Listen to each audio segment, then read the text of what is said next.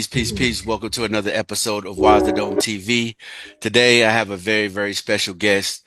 I told him off air, but I'll say it again on the air. He's one of the first 5%ers that I saw in media. And from the jump, when YouTube was first a thing.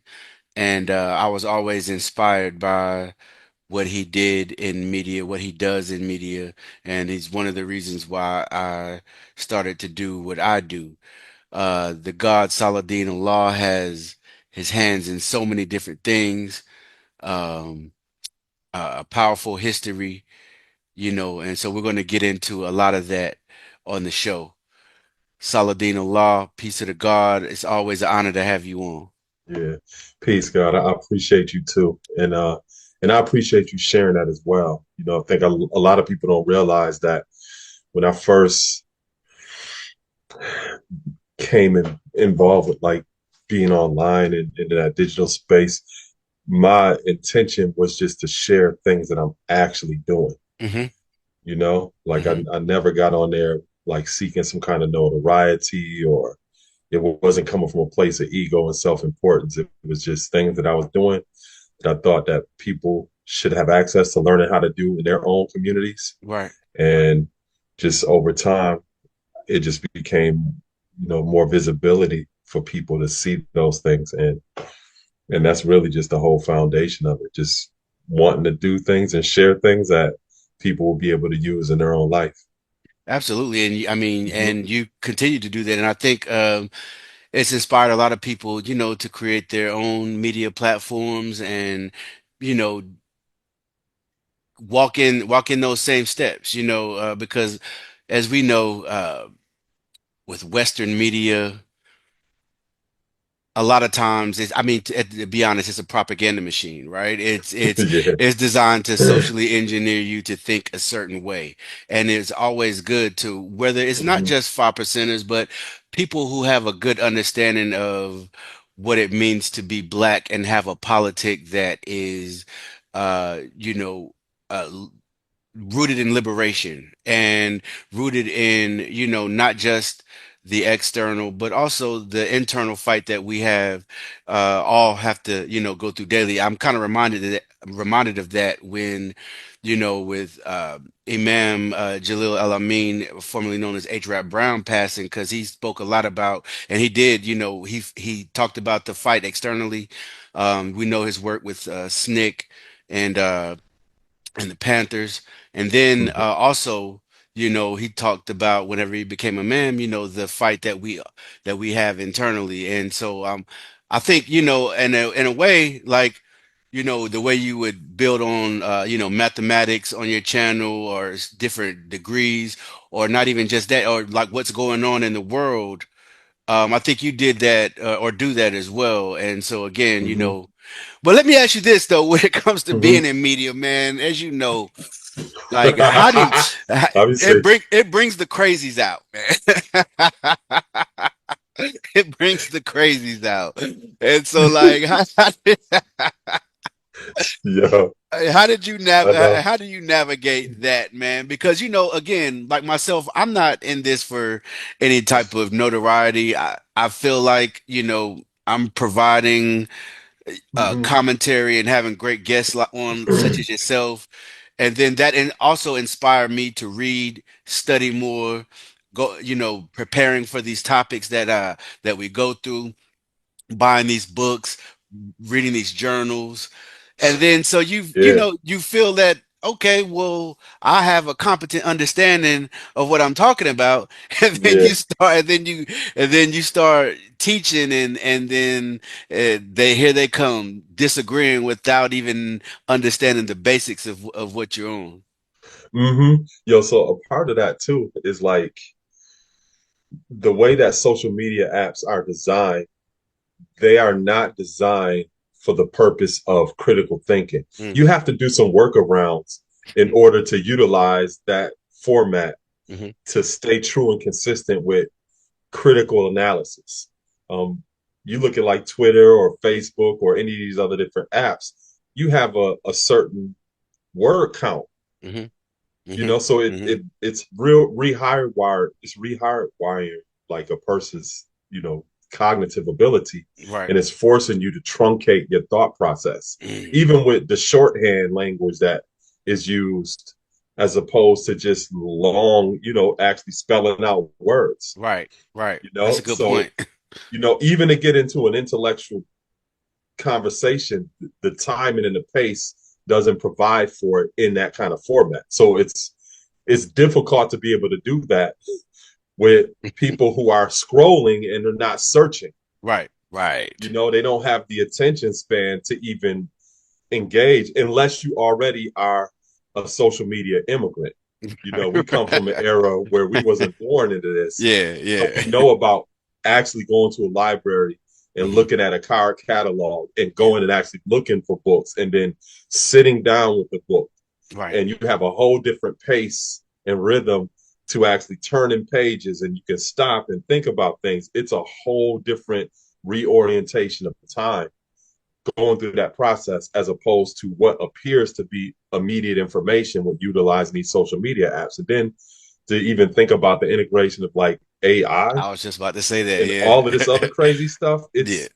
it's very challenging, and we're not going to go nowhere where there is not going to be the use of this type of technology, and we have to figure out effective ways to engage people. And hmm one thing that I've watched you a lot, and I'm like, I wonder if the God is doing some kind of self-care, hmm because that's a lot that you take on in terms of you know striving to correct misinformation and having dialogues with people who things that they think is like, yo, what are you talking about? Like, I Right. don't know, like, and these are adults. Right. They're Right. adults that think certain ways, that have access to the same information as everybody else. So I think, like, over the years I've been more careful with confronting those kind of elements, Yeah. and just hmm sharing information from my place. hmm But you in the battlegrounds though. Man, I'm in the You trenches, be man. I'm like, yo, like some of the stuff, but I also see that a lot of times the things that you share is not even for the purpose of striving to help that individual get understanding or clarity, but you're Mhm. just making sure it's a part of a digital footprint Yes. publicly, so that those who are watching, Yes. who have Absolutely. the ability to consider some things, you're teaching them. Right. It's like you having a conversation with this person in the public. So everybody that's watching, if you really want to, if you really want to know what I'm talking about, study this person. Right. This is where this quote comes from. This is a concept that this person advocated. You're really teaching them. Right. And I think that, Absolutely. that's an appropriate way to handle it as well, because I do see some people and they really are striving to get this person, who a lot of times they don't even know. It could be hmm somebody with a foreign account that's hmm just trolling. They don't know who they are, to Right. really be serious about getting this person to have some kind of understanding. It's like there's no way to win that kind of battle, because the Right. social media app itself is not designed for you to be able to win that. Yeah. It's designed for the same thing that you said. It's a propaganda machine. Yeah. And I was seeing this the other day. Like, I seen uh Shannon Sharp, hmm Club Shay Shay. hmm And I was looking at like the titles of his videos, and I'm like, man, him and all of these other folks, like, they know how to grab your attention around drama and just some BS, Right. but real hmm substance. And sometimes you have to sift through a lot A of lot. stuff for you to get through, to get to something that you can utilize. So your platform is important because you just get straight to the substance. I appreciate You're that. not involved in all of this extracurricular drama, he say, she say, all of that other kind of stuff that gets the views, hmm that drives the traffic, that's being monetized, and all this other stuff. Yeah, And it's that difficult to be able to do that in this this time and age, because that appears to be the piece of the magnetic, but it's really the piece without.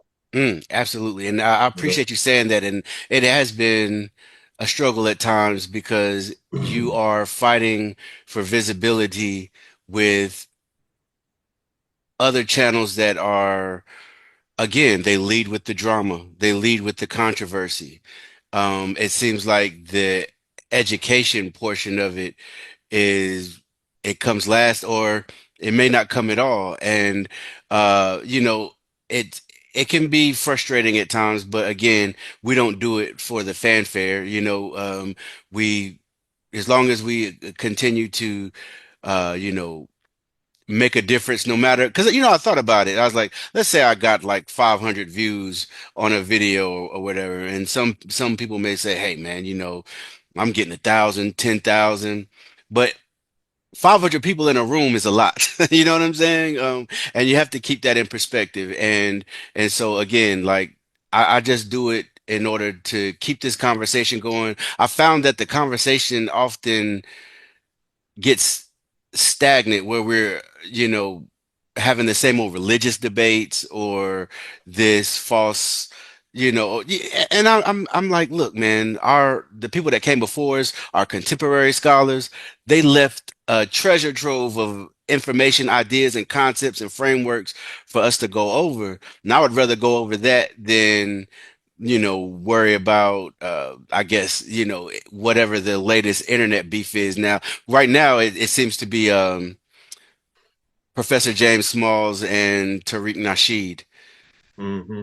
And Mm-hmm. that's going to get views. Mm-hmm. And I'm not knocking Professor Smalls. I know he's battling because I guess he's being attacked online, or and that's obviously a real thing Mm-hmm. with a lot of these groups. And I'm not saying that again. I stand with Professor Smalls, but at the end of the day, that's what's going to drive views. What about all the other videos Professor Smalls has where he's going over African history or African American history? Those should have the same amount of views as his videos addressing Tariq Nasheed attacking him. Yeah, yeah. You know what, too, G? It's like when you think about actual community, you have certain social norms and mores and values that people hold in those actual spaces. And when you think about a digital space Hmm. and the idea or concept of the community, you could clearly see that some of those social norms and those values and those mores erode. Right. Because where Right. else would you see something like that with an elder like that, Right. Right. Right. Right. even in the same conversation of this even happening? Right. We didn't see things like that in our communities, Nope. and if there was some kind of disagreement, there were frameworks like you were sharing in place that provides for the ability to communicate about things like that with maintaining a sense of respect Hmm. at the exact same time. And then plus two, we have children and we have people who are growing up in an era where they are social media natives, and a lot of them are moving away from religious institutions, whether it's Yes. a church, whether it's a mosque, whether it's any kind of religious institution. And, I'm not a religious person, yet at the same time, I respect that as a foundation in terms of the liberation theology Hmm. that we learned in order to obtain our levels of freedom and many different type of ways we organize in those type of bodies, and the type of values that we learned as extensions of our families in our Right. communities, Right. and those type of frameworks and structures in terms of social norms and everything else. You have children and people who are growing up now that don't even have that as a point of reference, Right. Right. where they don't even know that certain things are like, you would never talk to an elder that, and they may not even know the language of what an elder is, Mm. Mm. or they may not even have a concept of what ancestry is. Hmm. These Hmm. are things that are not even a part of their vocabulary. And usually they're not going to see that online unless they search Right. specifically for certain type of things, because a lot of times, because of the algorithm, they're scrolling, it's not going to come across their feed like that, you Yeah. know? Yeah. Um, I think you just so highlighted the yeah. importance of getting outside, man, and right, like don't get me wrong, we can only do so much on social media and YouTube, but the real work is out there. Mm-hmm. Yeah. Absolutely. Absolutely. And I think things are going to eventually run its course. Hmm. Meaning these type of platforms that are ambulance chasing, Yeah. and they're constantly looking for different drama and to talk about somebody and to do reaction videos of what this person said and everything else. That gets tiring and exhausting, Right. Right. because your whole trajectory is based upon somebody else. You're Yes. not even really fully living your own purpose or Right. setting that as a standard. It is solely based upon what everybody else is doing. Hmm. That's no different than being a busybody in real life and you Hmm. just into everybody else's business and you're not really doing anything. They're just Right. doing it in the digital space. In the same way, people that are not actually doing that in real life, they're not actually doing that in the digital space either. And Mm. that will run its course of time, just like people that's not really doing anything in real life is gonna run their course of time too. I You know. agree 100%. And that's a great segue for this next question. Hmm. First, look, God, like I mentioned offline, um, MC, author, writer, community organizer, five Hmm. percenter, so many different hats that you wear. How do you find the time to juggle it all? And also, why is it important to you? Because to actually see these ideas through, to take these ideas from knowledge to born. I feel like, there's a quote that always stuck with me that, that so I don't know who said it, but the quote was paraphrasing here, where a lot of times the greatest ideas that we have die in the graveyards of our mind, right? And Mm. you have been somebody that I have known to actually follow through with the things that are, that you come up with that are important to you. Can you just talk about that some? Because again, you've inspired many through your works, but I think that's one thing that it would be important to touch on. Wow. Yo, guys. So our knowledge degree, the one of 14s. Have you not heard your word shall be bond regardless of what? Yes, my word is bond is life, and I give my life before On word my shall work shall fail. fail. My word is bond to that type of work. Mm. Everybody has a word is bond. Mm-hmm. You know what I Mm-hmm. mean? Whether you Facts. smoking Newports, whether you out at the club every night or the strip club, making it rain or whatever, everybody's word is bond to something. Mm. Mine just happens to be my commitment to striving to change the landscape of my community and making contributions that are going to outlive me. Right. And it's all self motivated. It's not because, somebody's prompted me to do this type of work or I want to go out and prove somebody wrong. It's not even external, it's Mm-hmm. all internal and type of care and standards and expectations I have for myself. Mm. Like, I'm not a shortcut person. Right. I'm not no person that's going to do a half-ass job. And if I get involved in something, I'm going to give it 100%. And I always strive to map things out in such a way where I have the ability personally to take it from knowledge to born. And if there's certain people that are experts or they have certain type of skills that are necessary to help me in that process, I will only connect with those whose word is also bond to that particular activity, Right. because the success of it is always going to be on me. Mm-hmm. Now, if other people want to add on and assist or whatever, that's cool. But I have already mapped it out that I'm going to make knowledge born and I'm going to execute and follow through. And because I have that reputation, people see that and they know that if I'm involved, I'm going to make sure that it happens. Right. And I'm not going to, because my name is on that, Right. you Right. know? Right. And people have the same kind of mentality when it comes to other different areas of life. Mm-hmm. You have some people who, I know folks that, younger boys that play basketball and they play basketball 7 days a week.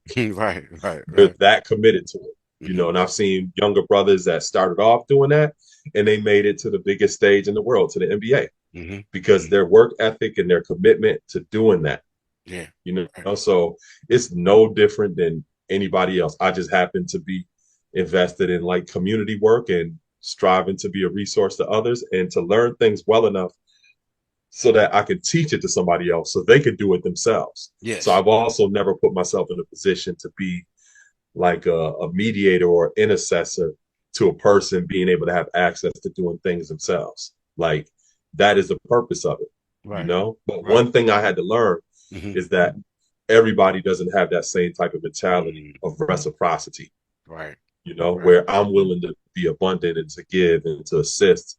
And sometimes I've done that for people who have not done that in return for other people, you When know? you So see I've had that, to be, when you see that, what kind of what goes through your mind whenever because again, obviously, like this is supposed to be uh this is not just about the individual, it's about the community and creating other members within said community to continue on the work and like so whenever you see that yeah. reciprocity not always being returned, does that kind of like make you not want to deal with that individual on the level of community work anymore, or is it more like I know where to keep him at this point, but we'll make it work. Yeah, I eventually get to that point of Mhm. knowing how to deal with them differently. But the first response to that is I get hurt. Yeah. It's hurtful when our people do that, and then Mhm. you get disappointed too, because sometimes I may have expectations of people within our community and expect more of them. But I had to learn that too. You know, you Mhm. can't assess them according to your own yardstick and how Right. you consider yourself. You know, and you have to deal with people based upon who they are.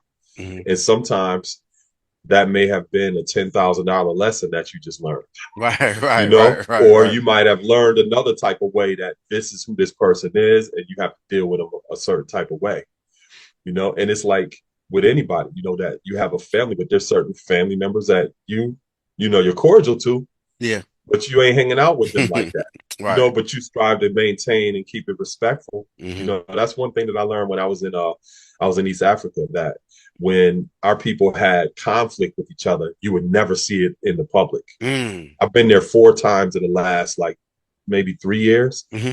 and I never seen like a public conflict, Right. like people arguing and Wow. going back and forth. Wow. They must do that indoors or something, but they do not do that publicly. It's not a part of the social norms. And Hmm. for clarification, I was in Tanzania and Ethiopia and in Zanzibar, Hmm. and the culture there, it was like many of the things that we talk about here in America, but unfortunately, a lot of the geographic location as well as the social norms and the societal expectations and the system of capitalism, it doesn't it makes it very, very, very difficult to live out certain Yeah. levels of liberation. Right. Right. Very, very, very difficult. You know, Hmm. one thing I've also learned is like there's things that we've been learning our whole life that I had a chance to really see fully formed and functioning Mm. in an environment where our people are, that have a connection to one another and connection to the land that we've always talked about and that we've always seen as core to who we are as human beings. Yeah. But in this society, you know, we get indoctrinated and socialized to be further and further away from who we are. Just like you say, we've been taught how to eat the wrong foods, Hmm. you know, Made mentally as other. well as physically, and Yeah. made other than Yeah. ourselves, Made other you than our know. own selves. Yep. And then the challenge too is still realizing that and being able to distinguish that from the person that is embodying that. Mm. Meaning, in church, they would always tell us, you know, you hate the sin, not the sinner, Right. Right. Right. Right.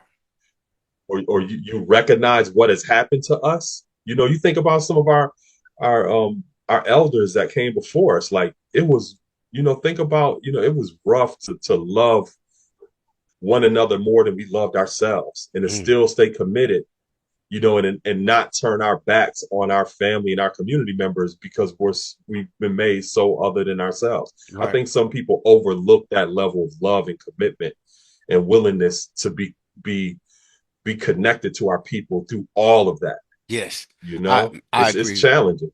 Yeah, I agree 100%. And I think they overlook the fact that historically we did that from emancipation and creating, like the idea of family reunions because different members of your family would have been sold to different plantations. Like we wouldn't have made it this far without each other. Um, Hmm. what you've been to East Africa 4 times. I can't wait. I can't wait. I can't wait till I get a chance to go out there. But Yeah.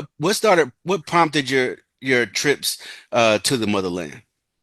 So, I've for the longest, I work quite a bit on numerous different projects. Yeah. I tell people sometimes I work 25 hours a day and eight Mhm. days a week. Right, right, But the, right. the beauty of it is I love everything that I do, so it Hmm. doesn't feel like work, Hmm. and one of my close companions, she had told me one time, like, Saladin, you still need some self-care. I know that you love what you do, it doesn't feel like work or whatever, but you still have to take time for yourself, Right. and I travel and do different like public presentations and speaking engagements and workshops and stuff like that. But in terms of just like traveling, like for just to relax Hmm. and for self care, I haven't really done anything like that. And I've been striving to learn to create those pockets of time for myself Right. to recharge and energize. And it was around shortly after the pandemic,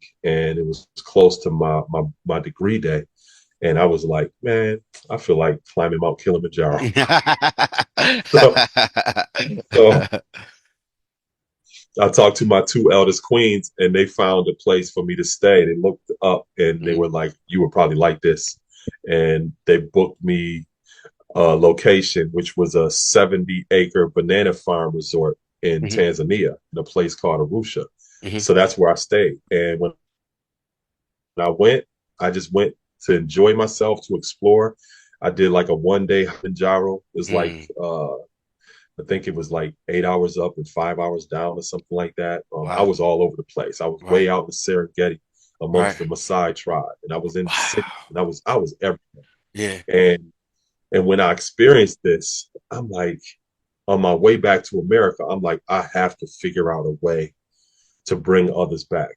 Yes. Right. It took me, the banana farm resort that I stayed on, they grew 15 different kinds of bananas there. Wow. And they had all organic gardens. They had a mountain stream from a mountain called Mount Meru, where you can drink the water with your hands. Man, that sounds like paradise, man. It was, it Wow. was, Mm. so, and all I could think about coming back to America was like, I have to figure out a way to bring others back with me. Yeah. And within 7 months, I brought 7 people from Wow, around that's the United dope. States back with me. And each successive time, I brought a number of more people with me. So the next trip that me and one of my partners are planning is July 2026, the Mm. Knowledge Cipher Day to like the Knowledge Born Day, and we're doing a youth trip. Hmm. And this time, we were able to get 20 youth sponsored to be able to come with us on this trip. Wow, And man. all they're going to have to do is get their passports. See, All they're going to have to do is get their passports. that's the type of thing that changes the whole direction of a child's life. Being able to Yeah, see something different, go home, like that just yeah, changes the whole trajectory of things. Even if yeah, you don't, not even saying that you have to come from a tough environment, even if you don't, right? Like even you could be coming from the best environment, right? But yeah, being able to take those type kind of trips and see the world, that just does yeah, something. That does something that, yeah, you know, uh, it, you can't get from yeah. books, you can't get from really anything else, but Mm-hmm. actually getting out there. Yeah. And I mean, that's just talking about the continent of Africa, Hmm. right? America is less than 1% of the total square mileage of the planet. And most people don't even really explore America like that. So their Right. whole worldview is shaped in less than 1% of this planet, Mm. on top of the propaganda that they're getting from social media. Right. Right. So even just checking out America is important, Yes. because you get a chance to meet your folks and other people from all different type of places and try different foods, Hmm. learn different elements of culture, see the various different landmarks and the historical legacy of people in different places, just in America. Right. So when I went, I connected with locals there as well, and Mm. that's important because you have foreigners that come to the continent, and they harvest our resources like organ harvesting. Mm. And they set up these grand hotels and all of this other stuff along various different areas. And then they hire locals as fronts as if it's an authentic experience. But yet you got foreigners just making the money. Right. So when I got there, I made sure I connected with our people so that when I go, I'm dealing directly with our people. And then the people that I bring with me, I'm not doing this as no travel agent or I'm not getting paid for none of this. I'm telling people exactly how much everything costs Hmm. because this is what you're paying. I Right. just want to stand back and I want to enjoy the Hmm. experience with you because when I went the first time, I didn't have nobody to talk to when I got back. Mm, It was right. hard, Right. and I didn't eat a banana for like 5 months when I got back here. It Wasn't the was same. difficult. Yeah. You know what I'm saying? Yeah. And I had a chance to take my youngest, Nusha, with me, and she was power years old. Hmm. Her total mentality is just taking her there, yo. Like Wow. her mentality is entirely different. Like I was asking her the other day, um, what was one of the most beautiful people, places, and things that you ever seen in your life? Immediately, she was like Zanzibar, Wow. and Wow. she could say that, And then Hmm. now also she understands, and we say that we are the makers and the owners of the planet Earth, and we know every square inch of it. And it's like those are the dimensions of our home. Yes. She's having an opportunity to practically explore and understand that, which means in terms of her psychological orientation, she was telling me the other day, like, Dad, I don't think I want to go to India. Like, like that's down the street. That's Right. how she sees it. Right, right, right. She's like, yeah, I think I want to go to France. Like it's nothing to Yeah. her. But that's You know what dope. I mean? Yeah, And it's yeah. important. It's important to have that kind of mentality. Yes. That that you are greater than what we've been told that we are, Mm. and a lot of it happens through just travel, local, you know, travel, within the domestic realm of this country, and then international travel as well. The Yeah. same money people be paying to go to Disneyland, yo, take that and go somewhere else Right. Right. and learn some things and to travel some places and have those kind of experiences, You're right, you because it's know? probably around the same as far as you taking a family or something to Disney World or Disneyland is expensive. Mm-hmm. Mm-hmm. And if you do that, that's cool. I know some families they do that every year. Hmm. You know what I'm Yeah, saying? yeah. I'd rather hit East Africa. I can't lie to you. Yeah, yeah. So that, that's important, and I wanted to make sure that's available to other people as well. So we right now have 20 students that we're going to be taking from here in Western New York, where I live at, and that's just 20 students. I got one of my colleagues reached out to me yesterday and told me that she wants to bring her nephew with us too. So that's 21 students. And Dope. then I'm in talks with another organization and they have committed to sponsoring bringing youth as well. And that's the way that you do it. You Yeah. create a circle of leverage where once you get some people who have already committed to it, in extension of yourself, Hmm. people may feel more comfortable to be supportive of it. And that's just also a part of just important community work Yeah. and collaborations and partnerships. Once you get, and I always tell people, you have to invest in that first. Yeah.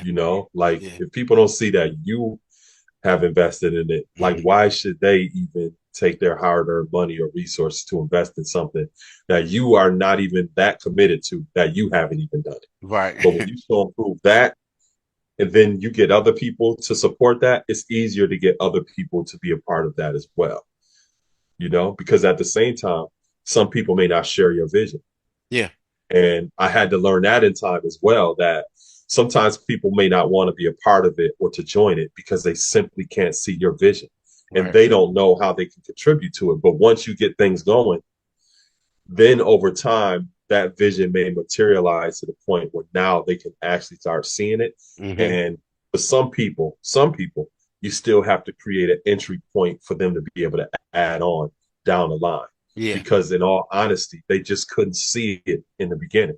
Right. But some people have a mentality like you wasn't in the gym shooting J's with me, Yeah. so you wasn't Right. practicing with me in the gym, so I ain't bet don't mess with me later on. But it's like that's not always. some people just didn't know where the gym was. Right. Right. No, that's You real. That's know real. what I Um, one of the mean? we mentioned before all the projects that you're involved in. Um, again, it's Hmm. so much. So a few things I wanted to ask about some of the different things that you're working on. And can you Uh-huh. talk about the Niagara Falls Underground Railroad Heritage Center and the things that you did with that? Oh yeah, yeah. So we opened in May of 2018. So I'm one of a number of people that helped open this institution. Mm. And when you're opening an institution like that, one of the first things we had to do is it was really based upon being able to save a historic building from being demolished. Okay. So our Heritage Center is in a customs house that was built in 1863. Wow. And it was in threat of being demolished. So a bunch of us community members came together to actually save the building, get it on a historic registry, and Hmm. to preserve it. Hmm. And then we had to find funding to be able to stabilize it and to restore it. Yeah. Once we were able to do that, we decided to create it as our Niagara Falls Underground Railroad Heritage Center, Mm. which highlights Underground Railroad history as well as the role of Black abolitionists in the city of Niagara Falls, because the city of Niagara Falls is literally one of the last stops or terminus in North America in terms of being in the United States over to the border in the Canadian side. Right. So when Right. people get here to Niagara Falls, they can literally see Canada. So we have a lot of stories of our people that had the agency to be able to not only emancipate themselves, but to help emancipate each other. Hmm. So in building this site, we had to find funding in terms of researchers, historians. My specific role was in the interpretation of content. Mm. And that is something that I always tell people that's vitally important, Hmm. because you can have people that find facts Yeah. and data, but how are you sharing this and interpreting it in the world and in the Right. public domain? Right. Who has control over that narrative? Hmm. And if you're telling it, are you centering the stories and the voices of your people? Yeah. Or Right. are you decentering them? Right. A lot of people don't put thought into any of that, and you're actually shaping the not only the content, but the consciousness of not only your community, but society as a whole by Hmm. how you tell those stories. So my specific role was in taking the content and the history and how do we share these stories to the public, right? Right. So we've been open for God years now. Nice. Um, and yes, I was heavily involved in that particular project, and I'm more like the public face of the Heritage Center. So I do a lot of the public presentations, a lot of the um, content around like news, as well as documentary work, and then also my family's directly connected to the Underground Railroad because one of my third great grandfathers was Josiah Henson. Yep. And I was gonna get yeah, there. Yeah. yeah. So yeah, so he was the figure that Harriet Beecher Stowe used as a central narrative for her book Uncle Tom's Cabin, and Mhm. he crossed in a place which is in proximity to Niagara Falls, where I rest at, in Buffalo, New York, on October 28th, 1830. He Mm. crossed over into the Canadian side with his family, 4 children, and his wife. He eventually moved further north to a place called Dawn at the time, Mhm. which now is called Dresden, Ontario, Canada. And Mhm. then he had children and they had children. And then eventually my grandmother was born through his family in St. Catharines, Ontario, Canada. Now, St. Catharines is a place that at the time was called Colored Village Okay. because a lot of our families that crossed over to the Canadian side, we would set up our own communities. Mhm. Colored Village, Little Africa, names like that. Wow. And she was a member of the historic Salem Chapel that's on Geneva Street. That's right in the center of Colored Village in St. Catharines. And this is the same church that Harriet Tubman attended when she made it across the Canadian side when she Wow. was living in a boarding home across the street. Mhm. Now, what's ill is my grandmother, her name was Inez Dorsey.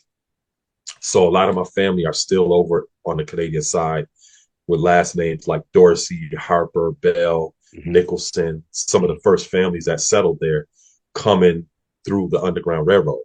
And my grandmother, her parents' name was Joseph Dorsey and Edith Harper. Mhm. Edith Harper's parents' name was Charles Harper and Harriet Harper. And then Charles Harper's parents was named James Harper and Margaret Harper. Now, James and Margaret are from Columbia, South Carolina, because I have the census record of where they were born. Yeah. And when I'm looking at the census record with their family, 2 years after I found that census record in Columbia, South Carolina, I find another census record of them in St. Catharines, Ontario, Canada. Wow. So I don't know how they made it from Columbia, South Carolina, all the way up to St. Catharines. But what I do know is that when they made it up to South, made it up to St. Catharines, James Harper became the pastor of the Salem Chapel at the same time that Harriet Tubman was attending there. So my other third great Whoa. grandfather was Harriet Tubman's pastor at that time. Wow. See, So, see, you I was know, gonna, wow, first off, that's like whenever you come across that kind of history and you know, and your ancestral ties to that history, like I know that has to be, you know, I mean, you have to have a sense of pride just, whenever you begin to learn these type of things. How has knowing that yeah, kind of shaped, like, who you are and your outlook? yo, God, I tell you this: when you do genealogy research, Hmm. one thing that you realize is now you're putting context to the seemingly um, neutral conversations that you may hear around the dinner table or at family gatherings. Hmm. So let me give you an example. You may hear your great aunt say something like, "Yeah, we had a yeah, my great aunt Gertrude, she lived on a reservation." Hmm. That's all you may hear, Hmm. Hmm. right? Hmm. Or you may hear somebody say, "Yeah, yeah, that's yep, that's so and so's grandson, and he used to be the deacon at so and so's church. That's the church so and so went to." And it's just conversation Yeah. where you may not know no documentation or whatever, or even if you're young, that you're really not thinking about those type of connections. So doing this research, it confirmed a lot of things for me and brought to life stories that I've heard my whole life Wow. Right. that Right. I never really knew the value and importance of until I started to find service records of people who fought in the military. Hmm.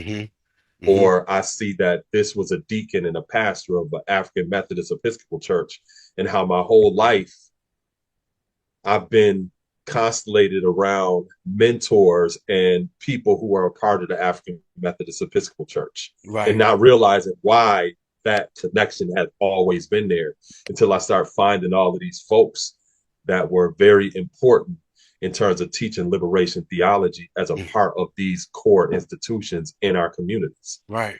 You know, Right. so it brought to life a lot of the stories that I just heard, just casual conversations around family, Hmm. and putting those stories to life and then wanting to learn a lot more. Yeah. My grandmother, Inez, one of her sisters' name was Aunt Gertrude. And Aunt Hmm. Gertrude, she was a violinist and Right. she was married uh, to a man that was a poet. Hmm. And this man, he used to perform poetry publicly. Hmm. I was also some of my ancestors too, the first black hockey team that was organized in the province of Ontario. So a province is the same thing as a state. So Right.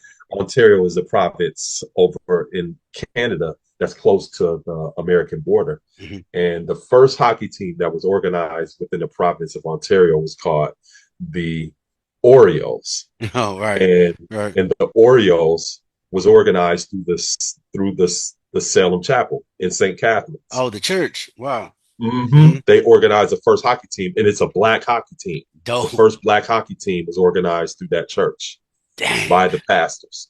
See, And I that's have an image of the hockey team, and of the 12 people, seven of them are our family members. wow.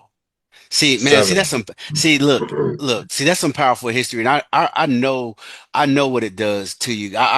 Because this year, doing my genealogy work as well, I found that like my fourth great grandfather in Virginia, he had about five children. One of them would have been obviously my third great grandfather, but his brother uh, went to Liberia in around 18, I believe is like 1850, late 1850s, and he wrote letters back and forth to Wow. my fourth great grandfather. And they actually have those letters in a museum in Virginia. Yeah, and I plan on Wow. going to see it soon. And it just put so much Yeah. thing. And I'm like, man, I could actually have cousins in Liberia at this point, but it kind of puts in context not only like what our people went through, but my own family history, man. And I just got such a Hmm. sense of pride whenever I learned that information. And like you, I have been studying my genealogy for a while, and one thing it does, like you mentioned, it puts a lot of things in context for you. A lot of those things, like even like where a lot of history is stored, like those old family Bibles and stuff like that, like um it's yeah, Hmm. anybody that can, I would suggest, hey, that's one of the most important works you can do because we often talk about knowledge itself, but I think that's one of the aspects of Hmm. knowledge itself, knowing who your people are. Hmm. Exactly. And you don't have to lean into mythology, Mm. you know, Right, right, and true. create these Hmm. narratives of who you think you are. You Hmm. can literally go look and find out, Yep, you yep. know. I mean, you may come across some records where in one column it may have M for mulatto. Hmm. You may find that, Hmm. you know what I mean? But it gives you much more of a concrete perspective of who you actually are because you're really a composite of everyone that came before you. Right. And you have certain temperaments, certain tastes, Hmm. certain inclinations and proclivities that have been literally passed on to you. You know, so I know that when you found that, I know you was like, what? Yeah, and I called Because my you're really pops. I doing was the like, same "Did you?" thing. Yeah, because I called my pops. I said, "Hey, I got something to show you." And his mind was blown, and my cousins, and and so like I have become like the family history guy that all my peoples come to. But I honor that position and that role in my Yeah, family. You know what I'm saying? yeah, yo. See, that's how we connect because I'm the same role in my family. Right, right, You right. know, and you're doing the same thing in a digital space right now. Mm, The same thing that one of your ancestors are doing with actual written letters. right. You're creating spaces like that in a digital space. Wow, wow. That's deep. You know what I'm That's deep. saying? Yeah, yeah. Um, and it's crazy because it becomes a rabbit hole. You know, you start learning about different people and the stories, Mm, and that's what people I think they oftentimes just they take for granted. You know, it's data and statistics that doesn't move people. Stories do. yes, Stories, yes. knowing the stories and the journeys of people, because sometimes you can learn stories that seems that it's beyond human capacity. Hmm. Like, how were they able to persevere through that? How Right. were they able? What did they do? Hmm. How did they cope? Right. All of those things are important to learn those stories because part of our trajectory may be the same journey of those that came before us. And it's important to have the information to know how they dealt with certain challenges and how they were able to navigate around certain type of obstacles. If you don't have that information, you're missing a complete reference library of life. Yeah. You know, so we talk about our book of life, but that's also a part of our book of life. Yeah. The Actual stories of our facts. ancestors, the good, the bad, the ugly, the triumphs, the failures, all of the different things that they did, because we may find ourselves standing at the same fork in the road and needing the proper knowledge to make the wisest choice of which way to actually go. And Right. that's what we should be able to reference that. And everybody else do it. Yeah. You know, I know folks that are Irish and they can show you a coat of arms that goes back to their family, or their Hmm. family's from England and they got that, or they Italian and they can show you the village that where they get their last name from. Right. Like Right. they're still connected and they have that legacy and that continuity of culture that has enabled them to sustain themselves today. But many of us, part of knowledge itself is reclaiming our culture, and a part of that is also the unlearning of a lot of the things that we've been taught to be other than ourselves. And a Yes. lot of people don't want to do that kind of shadow work, Oh, to that's be tough. self-reflective and to just be honest about just how we've been made other than who we are and what we can do. Sometimes it may require professional assistance. Right. Right. actual professional assistance, that Right. you're not going to get with Supreme Mathematics or at a church or at a mosque. You may need to go see somebody professionally to I help you saw something. process and unpack. I saw an article that Mm-hmm. said that, the Black community in America, it was like from a scientific journal that growing up the way we times grow up, we have certain levels of PTSD that combat soldiers have, Mm-hmm. and so whenever you say like sometimes professional help is required, I mean, Mm-hmm. 100%, you know what I mean? Yeah.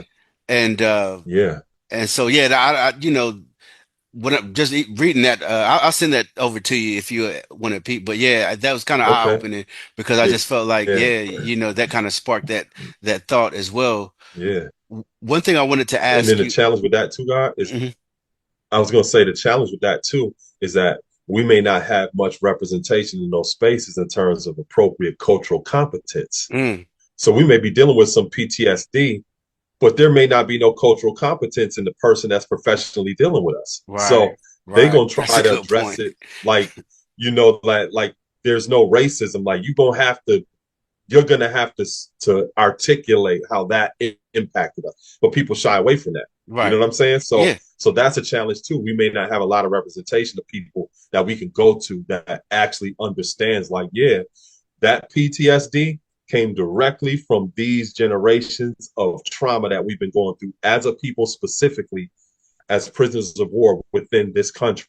Right. You don't really have no therapist that's going to sit there and go in like that. They're going to Nah. talk about, well, it's neutral, and and how are you feeling today? And your mom and your dad, like, nah, Right. we need to talk about this monster. you Right. know Right. so that's challenging too. Yeah. No, you know that's a great point. Mhm. Due to the fact of obviously everything's online, everybody's online, social media, everybody's glued to their phones.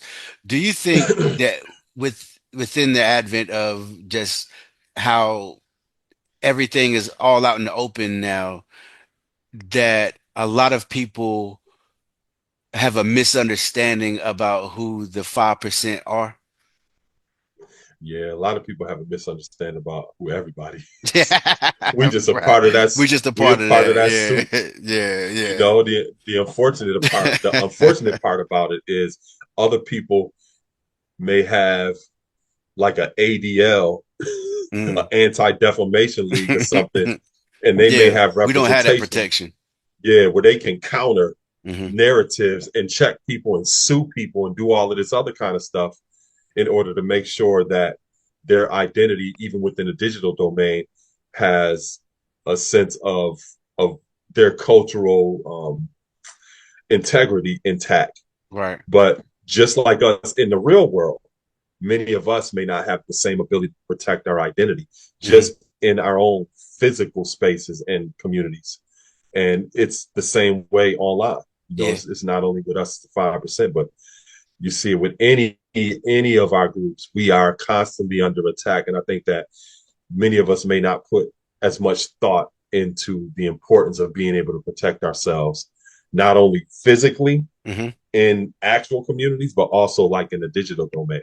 And I've strived to be at the forefront of striving to warn people about that Hmm. and to give them information and ways that we can protect ourselves.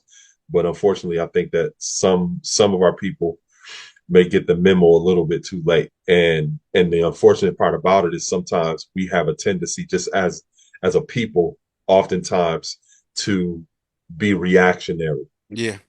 Right. with things and not be proactive about putting things in order and in place. Um, Especially, I mean, but those of us who are more conscious and aware of history and trends and things that have happened, we have a greater sense of how to protect ourselves and to position ourselves. But a lot of times, many of our people may not know, and sometimes it may be too late. Yeah. Yeah. Even you look at like with the technological advances right now, many of us are still behind in terms of how to utilize some of these tools that are going on right now Hmm. in order to utilize it to our benefit. Here's an example.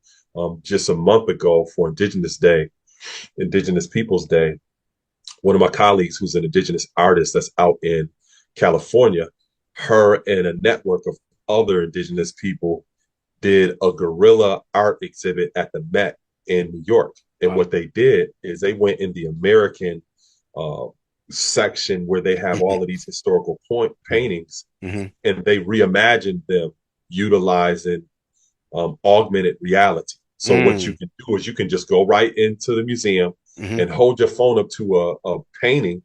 that's there, and the augmented reality changes the actual painting to what they wanted to put there with That's dope. dialogue and everything. Right. They didn't have to have no permission. You can't stop it. Right. All you could actually do is close off that section of the museum, Right. but you can just be in there like everybody else and just literally reimagine a space centering your own people.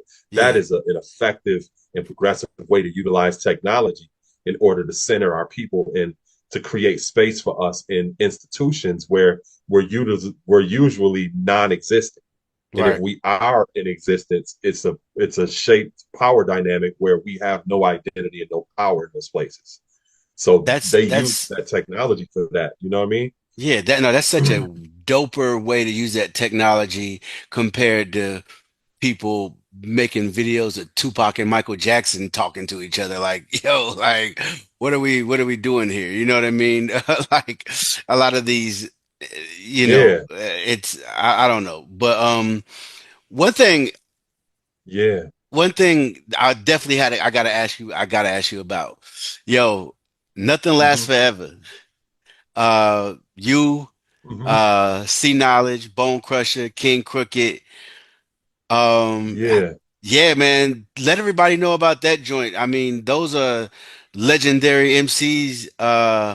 And Oh yeah. like let everybody know how that I guess formulated and because that's I mean any anytime we can make music and get our art out there and do it with legends, man. It's always dope, man. And again, is that's that Yeah. that's that track is full of legends. So like, yeah, how did that come about? Yeah. So that's a beautiful project called Galactic Love Supreme. So Mm, anybody could go online and check it out.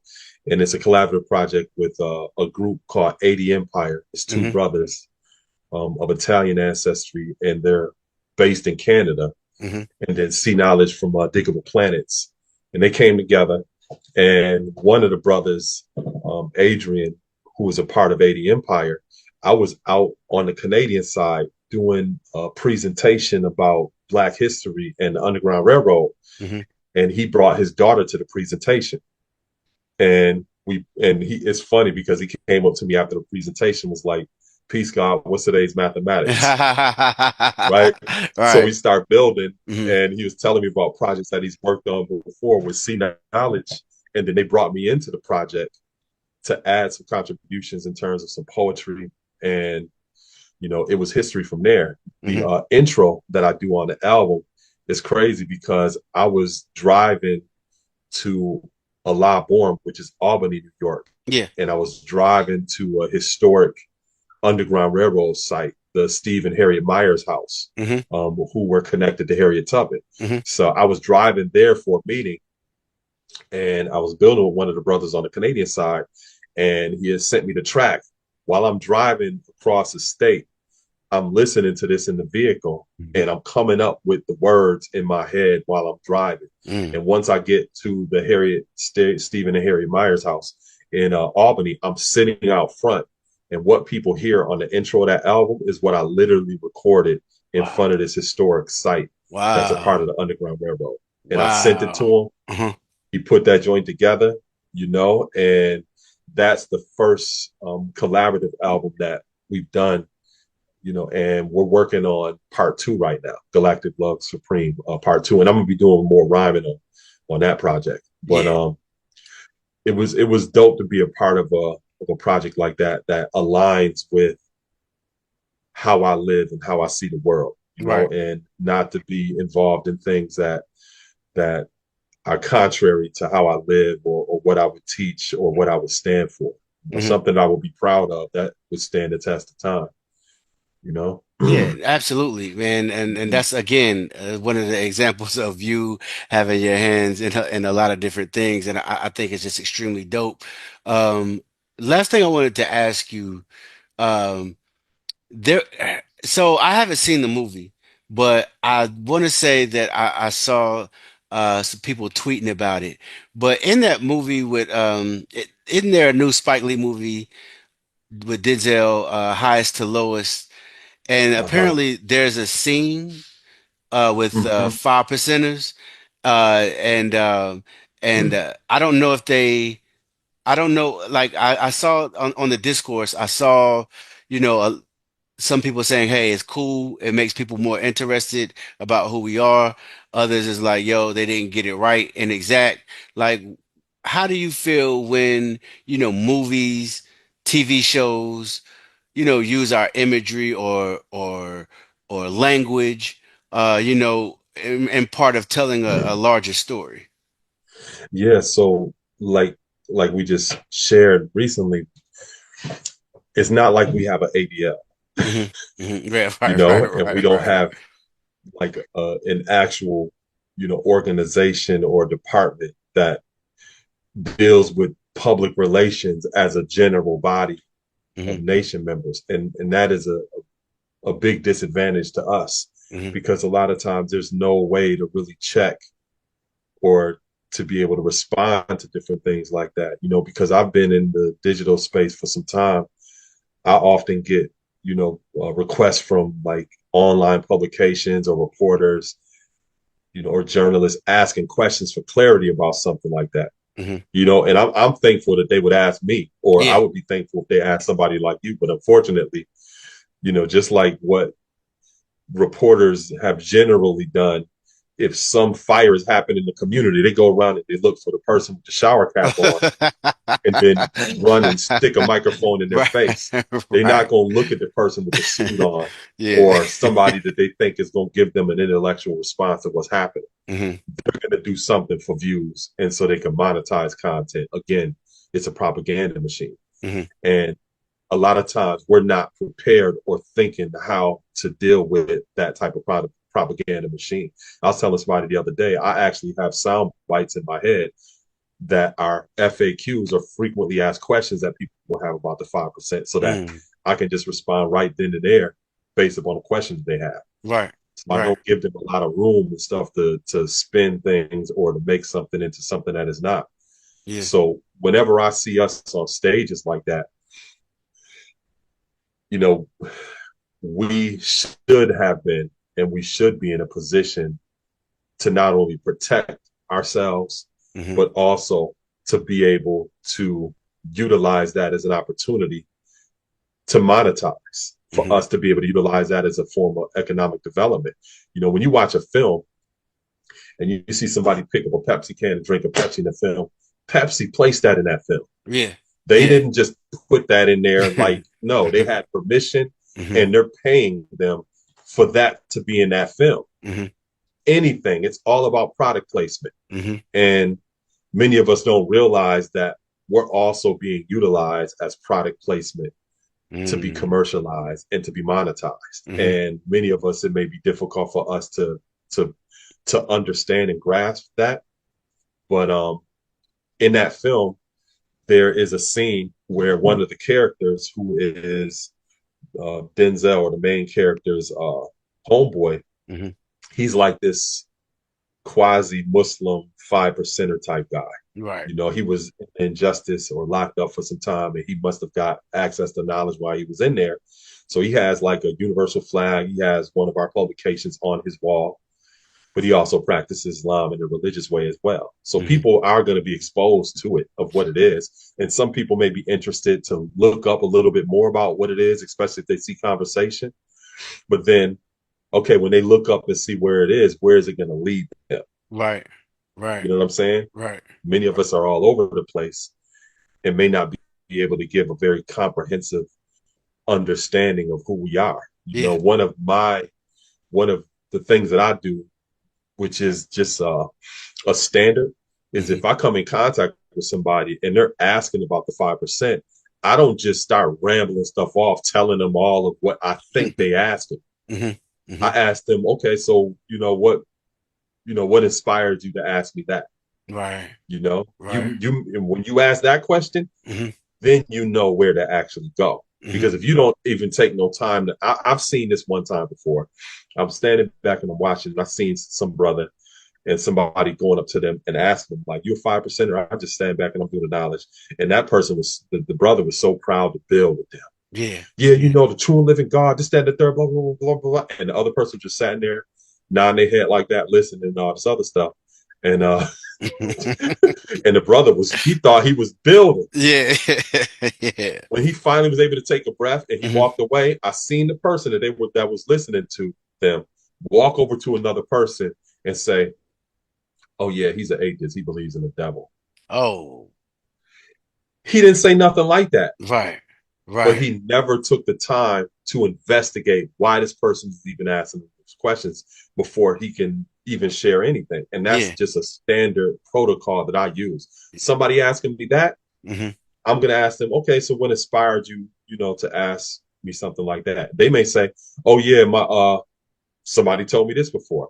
Yeah, because my my cousin, he was locked up for a minute, and yeah, he got out and stuff, and he a 5%er now, and he hustles and stuff like that, and this and the third, and just give me this whole litany and laundry list of the criminal activity this person is Yeah. involved in, Yeah. because that is what they think a 5%er is. Mm. So they were asking me to see if I was that. Yeah. And if I just Right. agreed, yeah, I'm a 5%er, yeah, because this and the third, and today's mathematics and doing all of that kind of stuff, they would have just took me and put me right in that box. Yeah.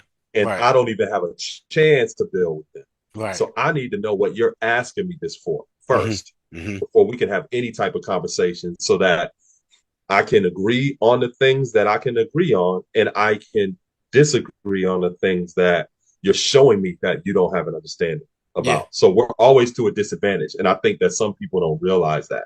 Right. Like, we are to a disadvantage when we come in contact with people. We're behind enemy lines. Hmm. Hmm. And because of that, we have to strive to meet people where they are, Right. and, whenever we are in this public domain, it's unfortunate that there's going to be a lot of propaganda and everything, and I've had to learn to just accept that, Yeah. and do whatever I can, Yeah. and to be whatever kind of example that I can be, to make sure that I represent a good example of what our culture and what our principles and values are about. And that's also a part of what I do with the United Nations. So I've been working with the United Nations Permanent Forum on People of African Descent. I was appointed to be a part of the International Civic Society Working Group Mm. back like 5 years ago. And basically what that is the United Nations. They realize that in all of the nations in the world that are a part of that League of Nations, or that general body, our people are unique in a sense, where issues that are happening to us in every nation, whether it's in the Netherlands, whether it's in Japan, or it's in Colombia, that we have unique issues that are dealing with our people in all of these different nations, and a lot of them are not being addressed Hmm. because it could be framed as civil rights issues, and that was some of the problems that was happening here in the United States, because a lot of the things that have always been happening with us, other countries will sit back and look at what's happening with us and be like, those are civil rights. You need to handle that with your own government. Right. Right. That's the issue that you have. And they ain't going to do shit. Right. Right. So then they stand back and say, well, we're not going to intercede because it's not a human rights issue. That ain't got nothing to do with us. Hmm. So when you reframe it, these issues as human rights issues that are connected to our people globally, Hmm. now everybody has to look at it. Yeah. Yeah. And if you notice what happened with MLK and what happened with Malcolm, shortly after they started to reframe our issues as human rights issues, Yeah. that's when they were assassinated. Yep. And it's like that with many of our people. Hmm. So the UN created this permanent forum, or a general body of people, to represent our issues in every nation. And in order to represent our issues in every nation, they had to create an international civic society working group, or people who are subject matter experts in every nation around the world, Hmm. that have areas of expertise that can inform the permanent forum, Hmm. that would then take those recommendations to the general body of the UN, and they could then disseminate that back to these nations and tell them like, yo, this permanent form of people of African descent, they have recommended that we need to focus on what's going on with the instability of the government in Haiti. Yeah. That's one of the main issues. Or the maternal rates, death rates of our women that are happening globally. Hmm. Or reparations is an important issue. So being a part of that, we meet like twice a year. Hmm. Geneva, Switzerland, we always Hmm. meet there, and then we Hmm. have our general headquarters in the UN in Now Why, where we meet also. And it's pretty dope because I get a chance to meet our people from all over the world All who over are the working world. on the ground on many different issues. And I will tell you this, Hmm. a lot of the conversation that I see sometimes happening here in America Hmm. with uh, the focus and the emphasis just on our American experience and American identity undermines our global connection to our Mm. people, because our people are dealing with anti-blackness all over the planet. Right. But if you've never been around folks, Right. usually when I'm in spaces like that, I'm of the minority in terms of being an English speaking person of African descent. Hmm. Most of the folks are speaking other different languages, and you go Yeah. other places, people minimally speak two languages, Right. Right. but they're Right. dealing with the same kind of anti-blackness in many different places around the world. And when we just think our experience is just solely unique to us in America, Hmm. we undermine the ability to connect with our global family and our efforts and resources to address things that are not only happening here, but are equally happening in other places as well. So it's a very divisive and unproductive mentality to singularly look at ourselves as we just have a unique and Yeah. soul experience here in America as a Black person that is a descendant of an enslaved person. Now, you had our people being enslaved in Brazil and Hmm. all of these other places. Right. They just speak a different language, but they Right. dealt with the exact same thing. And you cannot cut yourself off from our people who are in those places. Man, But it's, I'm glad you said that, know, because that's one of the yeah. things that I try to tell people all the time as you see these growing movements that are trying to keep us divided. Like, no, this fight is international. This fight is global. And it's so dope to see you, a 5%er who is at these conventions. United Nations, and that's big. And so I just wanted to tell you, for one, it's dope. It's always dope to build with you and have you on the show. But also, man, thank you for all the things that you do for our people in our community. I know it's a lot. You know what I'm saying? As you mentioned before, you got to make sure you put in some time for self-care. But just wanted to build with you, God, and tell you that, yo, man, all of that is appreciated, man. Like for real. Oh, thank you, God, and the same for you. Keep persevering and doing what you do, and you definitely got to find some time for self care I too, know, I because I know. be seeing you, I be seeing you battling. I be, you taking on a battle that I haven't taken on, and that Yeah. that has been a part of your journey. You're a Hmm. warrior in that kind of sense. Right. So you definitely got to be able to find those kind of spaces and pockets as well, because it's a lot of ignorance that you Mm. are combating on the daily. Yeah. And, we need you in that kind of space because you're also like a social, political, cultural documentarian. Mm. You're doing it in a digital space because years from now, people will be able to refer back to not only the content and the important documents that you're creating in a digital space, but even the way that you ask questions and what you even Mm. discuss. Mm. Because you may have people that you're interviewing, you may have seen them interviewing with everybody else, and they're asking them other different questions. Right. Right. So the Right. work you do is very, very important. You're the only one doing that kind of work, and stay encouraged while you're doing it. Man, peace, God. I really appreciate Mm-hmm. that sincerely, man. Peace. Thank you. Yeah, peace, God. Peace to the God.